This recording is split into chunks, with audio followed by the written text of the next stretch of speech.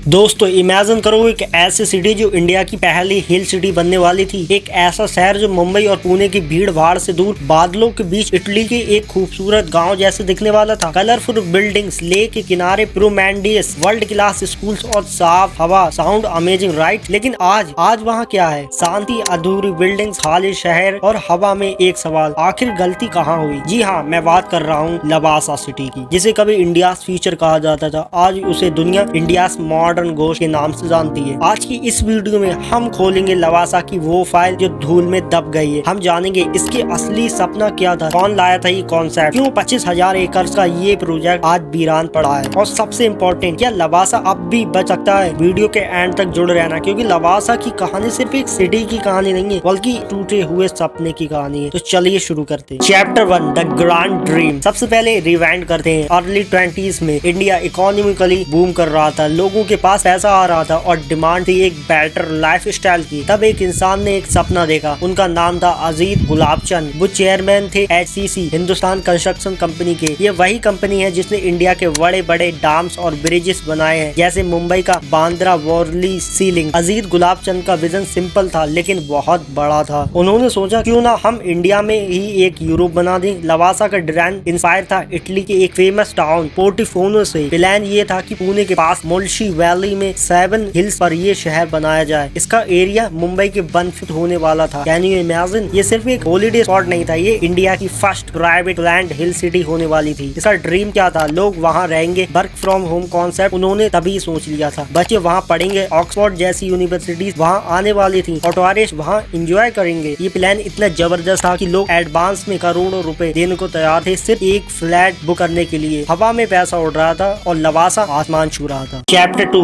The launch and the rise. Construction शुरू हुआ around 2004 में और देखते ही देखते पहाड़ों के बीच एक अलग ही दुनिया खड़े होने लगी। जो लोग वहाँ गए वो हैरान रह गए। कलरफुल विलास, कोलैब स्टोन स्ट्रीट, बढ़िया होटल, और ऐसा लग रहा था कि आप इंडिया में नहीं बल्कि यूरोप में हैं। बड़े बड़े इन्वेस्टर आ गए, बैंकर्स ने लोन दे दिया, बॉलीवुड स्टार, पॉलिटिशियन, क्रिकेटर, सबने वहाँ इंटरेस्ट दिखाया। एक टाइम ऐसा आया जब लवासा को फ्यूचर ऑफ अर्बन इंडिया कहा गया, क्योंकि हमारे एग्जिस्टिंग शहर दिल्ली, मुंबई, बैंगलोर छोटे हो रहे थे और लवासा एक परफेक्ट सॉल्यूशन लग रहा था। सब कुछ सही चल रहा था, हजारों वर्कर्स काम कर रहे थे, क्रेन की आवाजें गूंज रही थी। लेकिन कहते हैं ना कि हर बड़ी चीज की एक कीमत होती है। लवासा की कीमत थी नेचर। Chapter 3, the crash. अब सवाल ये आता है, इतना परफेक्ट प्लान फेल कैसे हुआ? गाड़ी पटरी से उतरी नवंबर 2004 में। Minister of environment and forest, जो तब जयराम रमेश लीड कर रहे थे, उन्होंने लवासा पर एक स्टॉप वर्क ऑर्डर लगा दिया। क्यों? आरोप ये थे कि लवासा ने एनवायरनमेंट रूल तोड़े हैं, पहाड़ों को गलत तरीके से काटा है, एनवायरनमेंट क्लियरेंस के बिना काम शुरू किया हुआ है। ये ऑर्डर लवासा के लिए एक डेड ब्लो साबित हुआ। सोचो, एक चलती हुई ट्रेन को अचानक इमरजेंसी ब्रेक लगा दिए जाए। कंस्ट्रक्शन साइट पर सन्नाटा छा गया। इन्वेस्ट करने वाले डर गए, बैंक्स ने हाथ खींच लिए। हालांकि बाद में कुछ कंडीशन के साथ परमिशन वापस मिल गई, लेकिन तब तक देर हो चुकी थी। क्यों? क्योंकि रियल एस्टेट में टाइम इज मनी। जब काम रुका तो इंटरेस्ट बढ़ता गया, इन्वेस्टर का भरोसा टूट गया। HCC जो पेरेंट कंपनी थी पर 4,000 से 5,000 करोड़ का कर्ज हो गया। जो प्रोजेक्ट कभी सोने की चिड़िया था वो एक व्हाइट एलिफेंट बन चुका था। खर्चा ज्यादा और income zero. Chapter 4, the current reality. तो आज 2026 में लवासा की हालत क्या है? अगर आप वहाँ जाओगे तो आपको एक अजीब सी फीलिंग आएगी। व्यू आज भी ब्यूटीफुल है, लेक आज भी शांत है, लेकिन बिल्डिंग चीख कर अपनी बर्बादी की कहानी बता रही है। अधूरे स्ट्रक्चर अब खंडर बन रहे हैं। जिन लोगों ने वहाँ घर बुक किए थे उनके सपने और पैसे दोनों फंस गए हैं। मेंटेनेंस की कमी की वजह से सड़कें टूट गई हैं, लेकिन कहानी यहीं खत्म नहीं होती। रिसेंटली NCLT ने इसको बचाने की कोशिश की। Durbin platform infrastructure private limited नाम की कंपनी ने लवासा को खरीदने की बिड जीती थी, अप्रोक्सीमेटली 1,800 करोड़ में। उम्मीद की शायद काम दोबारा शुरू होगा, लेकिन रिपोर्ट के मुताबिक पेमेंट इशू की वजह से वो डील भी मुश्किल में पड़ गई है और प्रोसेस दोबारा लटक गया। नए प्लानर्स लाइक बेल्सम अब रेस में है। बेसिकली लवासा आज काउंट केस और बैंक फाइल के बीच फंसा हुआ है। Chapter 5, what can be done. अब मैं आपसे एक सवाल पूछता हूँ, क्या लवासा अपना सपना अब भी पूरा कर सकता है? Can it bounce back? Honestly old dream is dead. वो पोर्टिफोनो वाला सपना पूरा होना मुश्किल है, लेकिन लवासा बेस नहीं हो सकता। इंफ्रास्ट्रक्चर वहाँ ऑलरेडी है, रोड्स हैं, बिल्डिंग्स के ढांचे हैं, वाटर सप्लाई है। एक्सपर्ट का मानना है कि लवासा को अब एक सिटी नहीं बल्कि फोकस टूरिज्म हब या एजुकेशन हब या सीनियर लिविंग कम्युनिटी की तरह डेवलप करना चाहिए। अगर कोई नई कंपनी स्ट्रॉन्ग स्ट्रॉन्ग फंडिंग के साथ आए और गवर्नमेंट सपोर्ट करे तो शायद हम लवासा 2.0 देख पाएंगे। लेकिन अगर ऐसा ही चलता रहा तो अगले 10 सालों में नेचर इन बिल्डिंग्स को वापस निगल लेगा। लवासा की स्टोरी हमें एक बड़ी सीख देती है कि हम नेचर से बड़ा कोई सपना नहीं देख सकते। डेवलपमेंट जरूरी है पर एनवायरनमेंट की कीमत पर नहीं। लवासा एक एम्बिशन था जो रियलिटी से टकरा कर टूट गया। आपका क्या मानना है दोस्तों? क्या आपको लगता है कि लवासा में अब भी जान बाकी है या फिर इसे बस एक फेल्ड एक्सपेरिमेंट मान लेना चाहिए? कमेंट सेक्शन में मुझे जरूर बताओ। अगर ये वीडियो इन्फॉर्मेटिव लगी हो तो लाइक जरूर करो और अगर ऐसी रियल एस्टेट के गहरे राज जानने तो चैनल को सब्सक्राइब कर लो। मैं मिलूंगा आपसे अगले वीडियो में एक नई स्टोरी के साथ। तब तक के लिए कीप ड्रीमिंग।